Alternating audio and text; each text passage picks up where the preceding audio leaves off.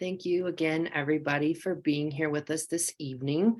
My name is Clinton Hall, and I'm a coordinator within the Leisure Department of the St. Louis Arc, and I oversee our Neighborhood Experiences Project. So, the Neighborhood Experiences Project is an 8-week youth employment training project that helps the folks who participate in that really working on gaining those skills that they would need to hopefully become competitively employed once they graduate from high school. For summer 2023, we will be able to accept 25 teens from within St. Louis County and 10 from within St. Louis City. It's important to kind of register and start looking for those opportunities soon because we do have limited space available. For this summer, our dates that we will be running is from June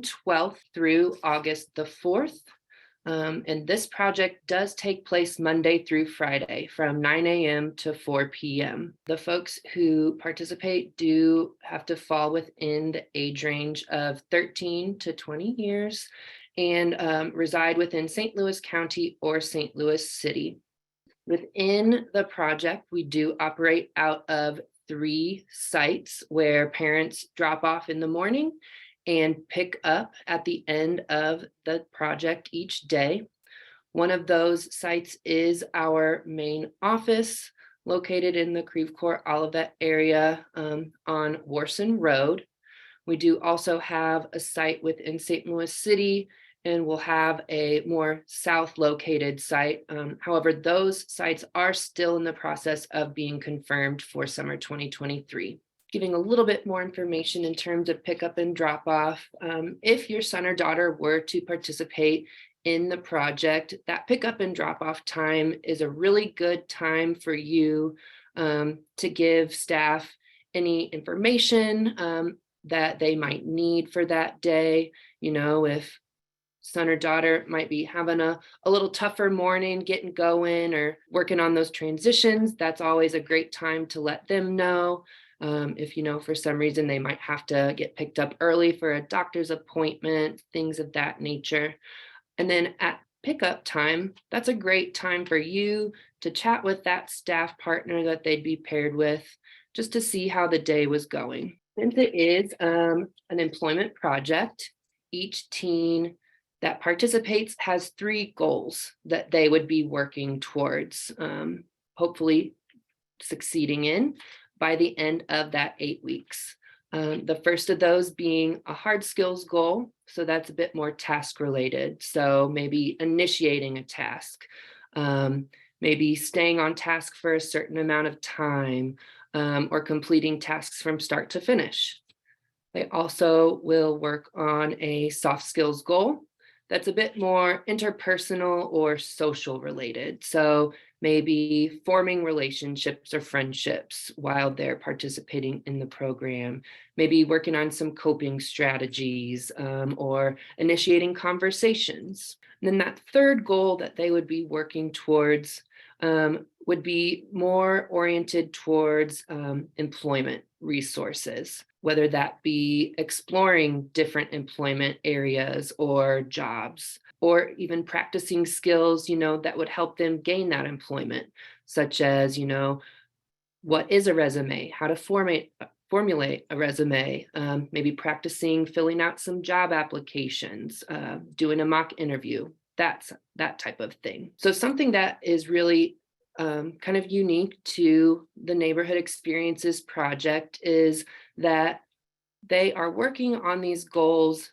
through volunteer opportunities that are out in the community. So during that first week of the project, the teens are working with their staff partner to locate and secure their volunteer sites that then they will go and work at for the remaining 7 weeks of the project. And this is really neat just because those sites get to be a little bit more individualized for the teens and really kind of geared more towards what their interests might be rather than just being placed at a site. that they would then be going and working at.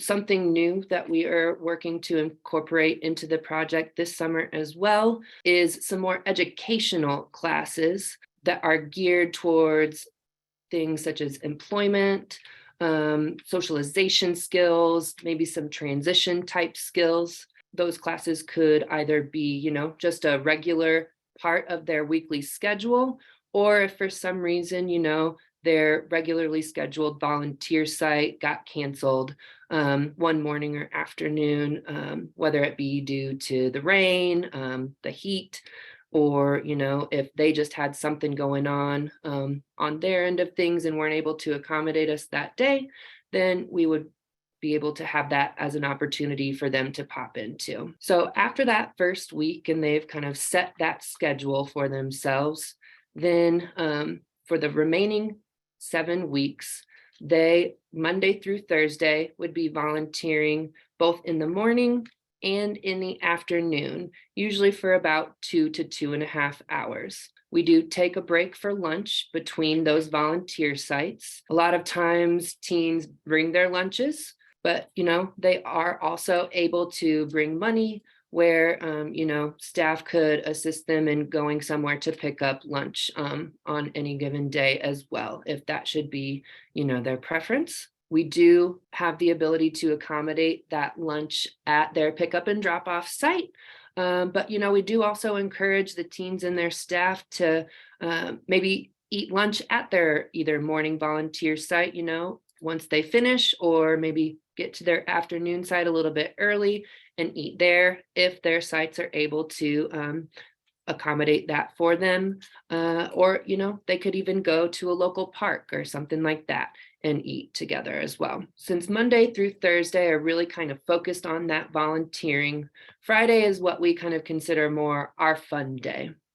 So Friday mornings, teams will have the opportunity to participate either in a group volunteer project or some type of educational tour. And then in the afternoons, they will be able to go and have fun and do that kind of recreation piece that, we all love to do.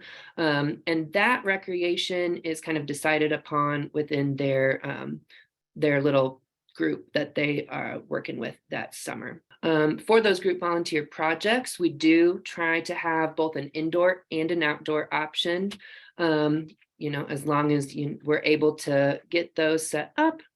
And in terms of the educational tours, we've done things such as go to UMSL's campus and get a little tour and learn more about their Succeed program. We've gone and toured Busch Stadium to learn more, about its history and kind of different potential opportunities that might be available there.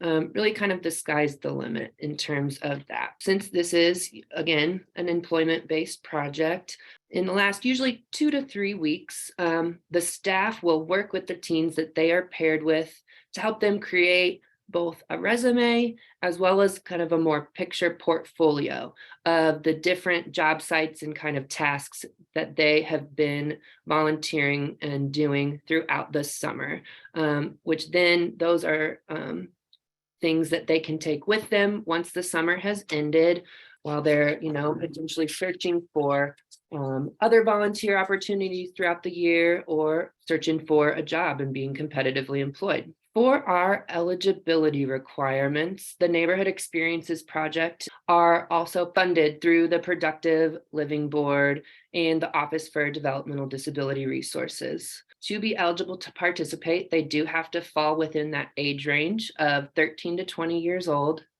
They do have to be returning to high school in the fall, have that diagnosis of a developmental or intellectual disability, and then be a resident of St. Louis County or St. Louis City. Again, the project operates Monday through Friday from 9 a.m. to 4 p.m.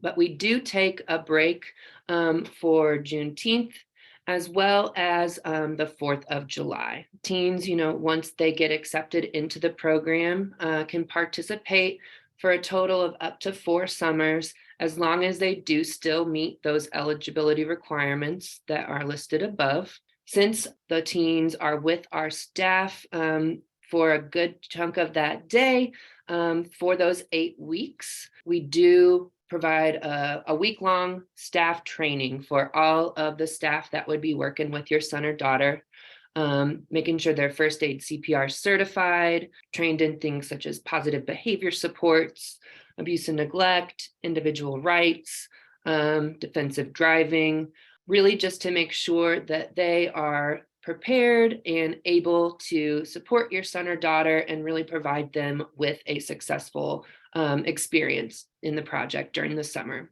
In terms of our staff to participant ratios, most of our teens are paired in a 1-to-2 ratio, so 1 staff to 2 teens.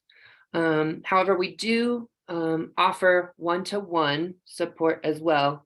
But the 1-to-1 supports within our project are not necessarily for folks who might need more behavioral or personal care or medical support needs, but rather that 1-to-1 support is really to help give a more kind of streamlined focus with that teen who's really ready to kind of get out there and find that competitive employment. So really just helping give that individualized focus to really get that across with them. This year, our registration will be opening Friday, February the 10th. And there is a $300 project fee that is associated to participate. Our registration can be completed online, or, if you do require that hard copy, we can send that to you in the mail for you as well.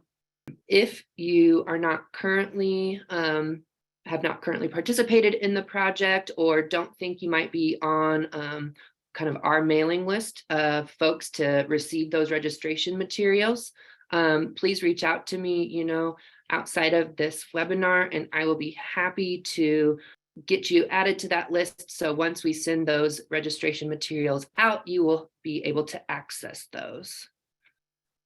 Once we receive kind of your registration, if you're a brand new applicant, I will be reaching out to you to do kind of have a pre-screening conversation, so to speak, just to kind of get a little bit more information about your son or daughter, and just really make sure that the project is not only appropriate for them, but that they would be successful once they are participating in it as well.